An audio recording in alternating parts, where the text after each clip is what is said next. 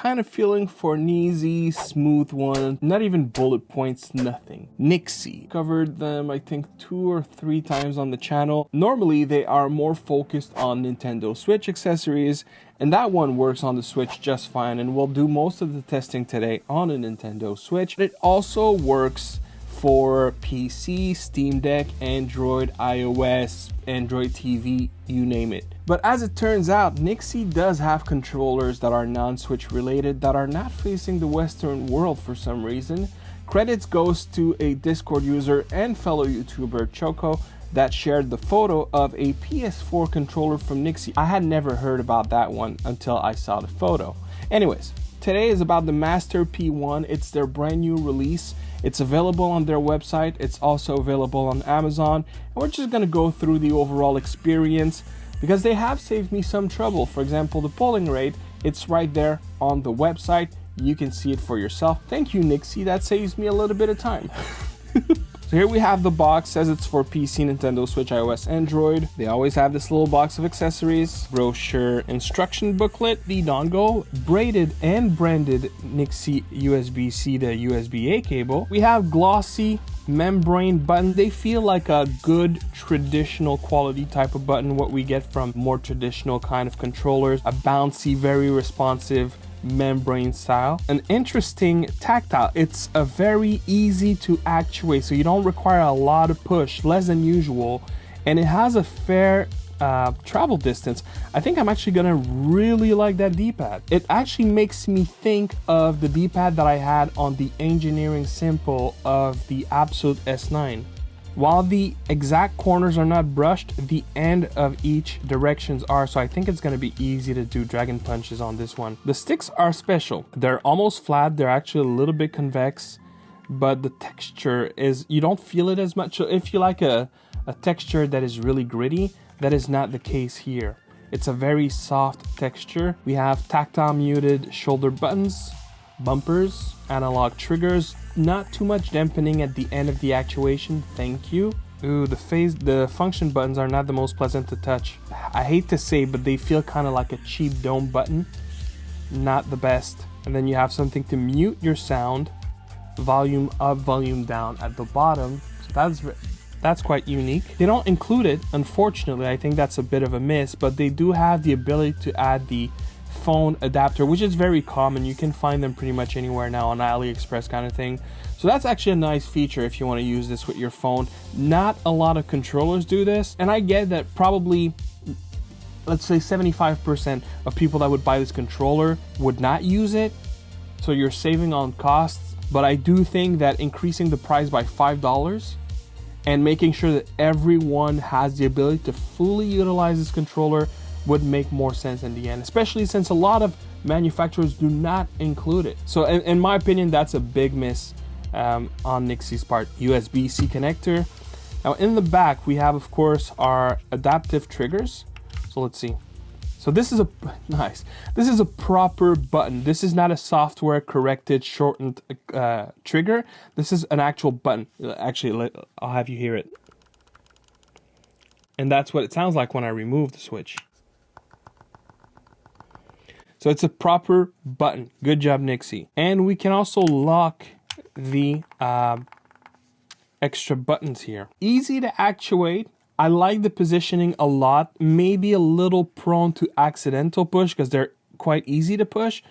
But I'm willing to take that if they're in a good position, which they are here. The texture of the grip is not quite dotted. It's almost like small little 3D cubes. It feels nice, but it doesn't feel gritty. So I don't know that it increases the grip as much as just creating a different texture. I'm a little disappointed with the grip, to be honest. I kind of wish it was a little more grippy. Let's power it. It's blinking. Pretty RGB. Clearly the light starts here and it's just casting the light on the rest of it because the intensity shifts. It lowers as it goes further.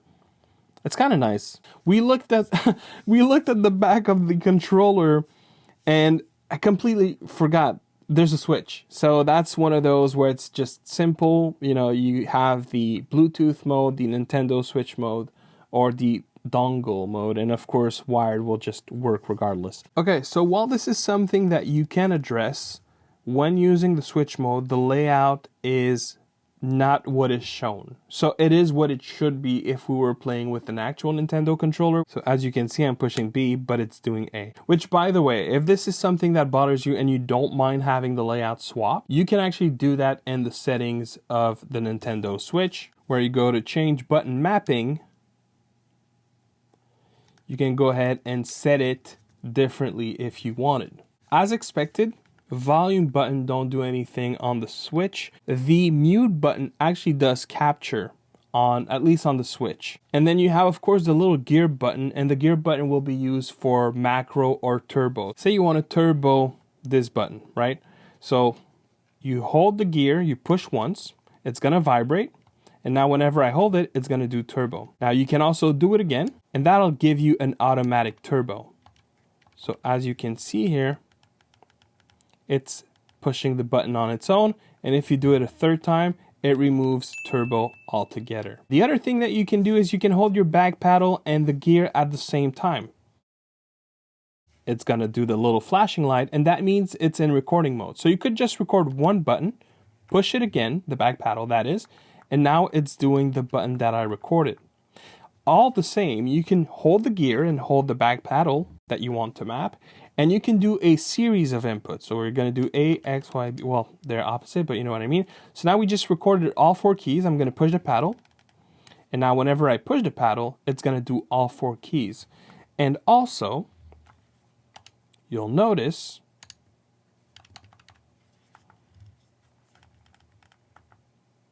that it is time sensitive. So it's an actual macro that will not only repeat a certain amount of keys, I don't know the total unfortunately, but it'll also consider timing at which you pushed those keys. Gyro works fine, no problems to report. I'm also feeling the rumble. I can tell you that it's a very nice rotary rumble. So we don't have any HD rumble when it comes to what is in here, but it does feel nice. It's not noisy. It feels about on par with first-party controllers that you still utilize rotary motors. And of course, the vibration is only in the grip. You don't have vibration in the triggers.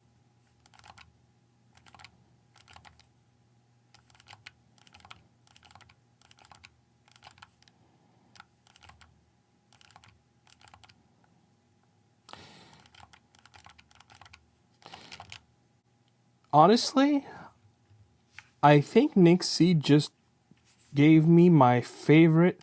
1 second.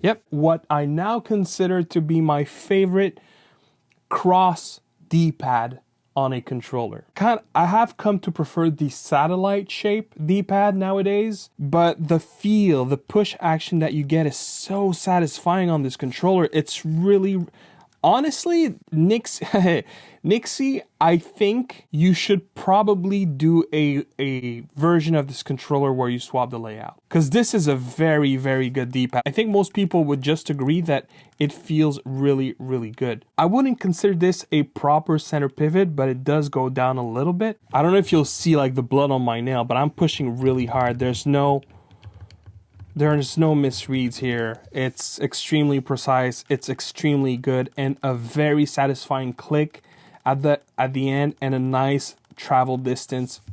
I did not, I mean, I was just going in this video kind of just chilling, you know, but this is a really, wow, I'm gonna play again with this controller for sure. Let's what did I want to do now?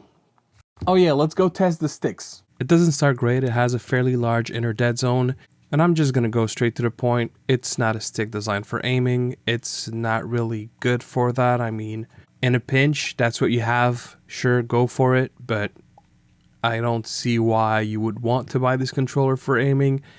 Thankfully, everything else is good on it. But I'll admit that air triggers are not as important if aiming is not a thing that this controller is that good at. But it's Hall effect, and dare I say, It's not the worst, but it's down there in terms of the worst implementation. It reminds me of the sticks on the Binbuck Ultra Pro. Serviceable for just about anything else that doesn't require aiming, and if you do have to move something like a camera, as long as it's in a game like Elden Ring, you know, third-person melee combat kind of game, sure, no problem. If it's aiming, yeah, don't buy that for aiming. The good news is, despite not really being good to aim, the sticks do feel nice in terms of the movement, the tension.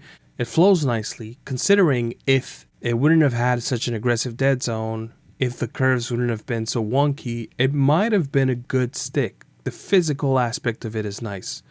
The software side of things, not so much. And NYXI doesn't have software to let us adjust. We have to work with what is in there, and what is in there is something I would simply not use to aim. But that doesn't make it a bad controller, just a controller that is great for everything else. Well, this is actually better than I thought. Honestly, NYXI, I congratulations. Because in my mind, I did not expect this level of efficiency. And there are a few cons. Maybe one con is it does feel kind of cheap in the hands. But that's really the only con that I have. Maybe the caps are not my favorite, but they're not bad or they're not unpleasant. Just I like something that has a little more texture, which is easily addressed with caps. I'm trying to think in that price point what I would potentially like better or recommend more. And that's a tough one. Yeah, I think it would make more sense to pin it against the Binbuck. They feel completely different. We have mechanical buttons on the Binbuck. Yeah, I'm struggling, guys. In that price point, I hadn't really had anything tickle my fancy until the NYXI Master P1. So this is a lot of credit to you, NYXI, because I really think you have made a solid controller, and I am conflicted with my conclusion. How can I put this? I feel like it shouldn't be as good as I feel that it is. No, you know what? F it. It's good. It's good. I like it. I really like it. And it's not that I was trying to say that it wasn't good, but I'm saying it's good as in, I'm saying this is probably top 3 so far in that price range. Now I'm going in circles. You'll probably see 2 minutes of me praising this controller. I assure you that lasted about 15 minutes. I'm gonna have to cut a lot of things off of this video because I just have been going back and forth. I think NYXI, you hit a home run, and you hit it right in the right timing, because with Black Friday and the holidays that are right around the corner, if the competitors don't move fast enough, I think you could be finding yourself at the end of a lot of sales, because it is a very solid product. And I wouldn't be surprised if, for the most part, you're getting good feedback from other YouTubers. If you get it from NYXI's website, make sure to use the code in the description to get an extra discount. It's also available on Amazon as of the making of this video. It's actually on sale, and it is where you get the best deal. But if you're an international buyer like me and are not in the US, well then NYXI shop is probably your next best stop. Thank you very much for clicking and watching the video. As always, if you have any questions, drop them in the comment box. Let me know how you feel. Was that even in your radar? Please consider doing all the YouTube things, and as always, I'll see you on the next one. Peace.